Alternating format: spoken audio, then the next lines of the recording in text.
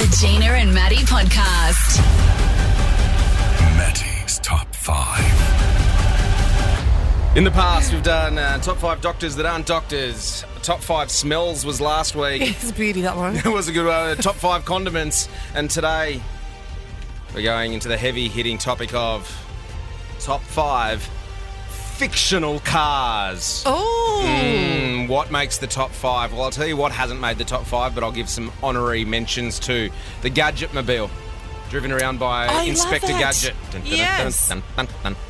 Oh, it was as versatile as him, but it doesn't make the top 5. The Shag and Wagon from Dumb and Dumber. Yeah. The big dog van. Love it.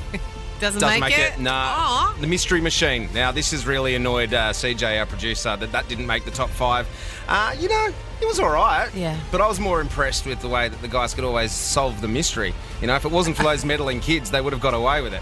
And the dog. Optimus Prime doesn't get a mention in the top 5, but I did see Chris Hemsworth on the red carpet last night for the new Transformers movie, but he doesn't make it. And the A-Team van and Kit as well, Michael Knight's car for the talking car there's from Knight none Rider. left. No, well, that's where we kick off things at... Number 5. And coming in at number 5, I could not go past the Mad Max Interceptor.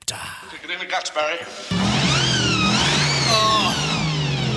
Listen to that baby purr. The Pursuit Special, also referred to as the last of the V8 Interceptors, is the iconic black GT Falcon muscle car that features in most of the Mad Max franchise. Wow. Look at that, G. Look at that. Yeah, what a car. Oh, boy. Gosh, I just feel more masculine just by looking at photos of it. Number 4. Number 4, it's Miss Frizzle and her 8 students.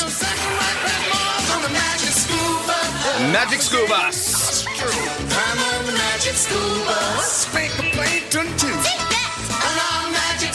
Now, this is iconic. I remember the book more than the TV show. When I was in primary school, the books came out, and it was Miss Frizzle, her 8 students, and they'd go on excursions into space, back in time, and into the human body, like the time Arnold swallowed gum. And they went in to find out where the gum would go. Oh. Like, it's educational as well as being one of. Where did the gum go? Oh, gosh, I have to rewatch it. I spent far too long watching clips of my number 1 to spend too much time Right, okay. on the Magic School All Bus. right. We'll get to that in a sec, but coming in at... Number 3. I could not go past the one and only Lightning McQueen. This is it. We're heading into the final lap, and McQueen is right behind the leaders. What a comeback! 199 laps, and baby, it all comes down to this. This is it, kiddo. You got 4 turns left, one at a time. Drive it in deep and hope it sticks. Go! I don't know if it has anything to do with Stockholm Syndrome, being forced to watch Cars so many times by my kids, but that's why Lightning McQueen is number 3. From the Disney Pixar Cars franchise, Lightning begins as a talented but cocky rookie in the Piston Cup racing series who becomes stranded in the small town of Radiator Springs, where he learns about humility, friendship and the locals. Over his professional racing career, he wins several Piston Cup victories. In Cars 2, he competes at the World Grand Prix, and in Car 3, he struggles to come to terms with retirement and assumes the role of Cruz Ramirez's mentor. That is number 3. What is... Number 2.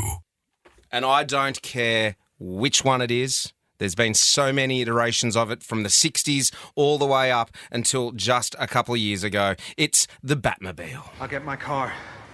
I brought mine. Yours.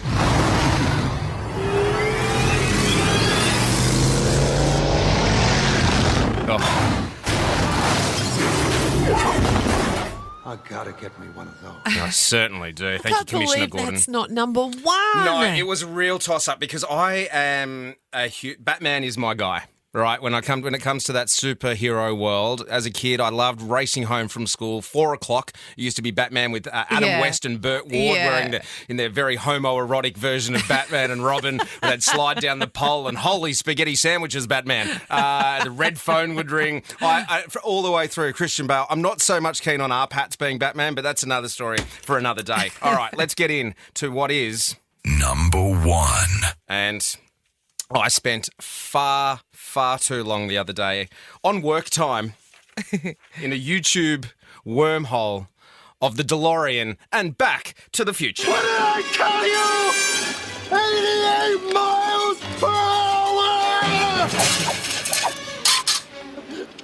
thermal displacement occurred exactly 1:20 a.m. in 0 seconds. Jesus Christ. Jesus Christ, Doc, you disintegrated Einstein. How good's Michael J. Fox? So good. Disintegrate anything. The molecular structure of both Einstein and the car are completely intact.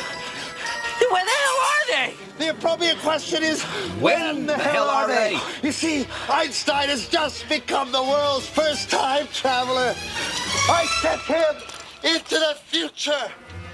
1 minute into the future to be exact.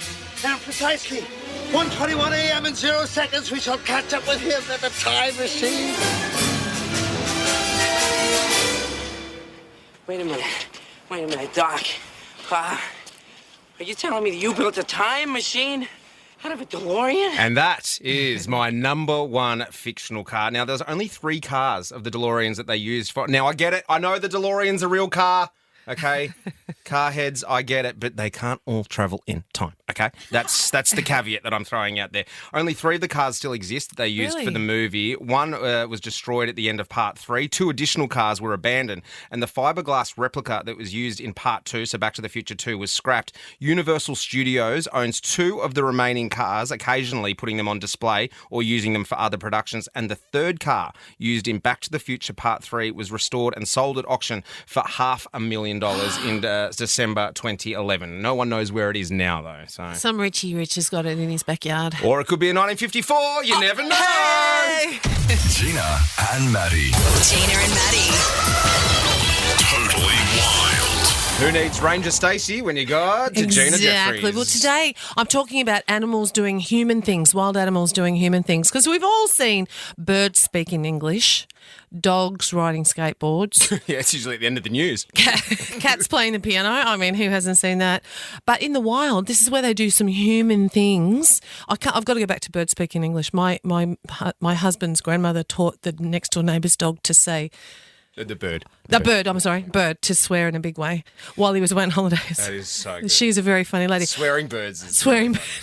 So in Australia, we have scary animals, and we've all seen kind of in the wild, kangaroos boxing and boxing each other. That's pretty scary.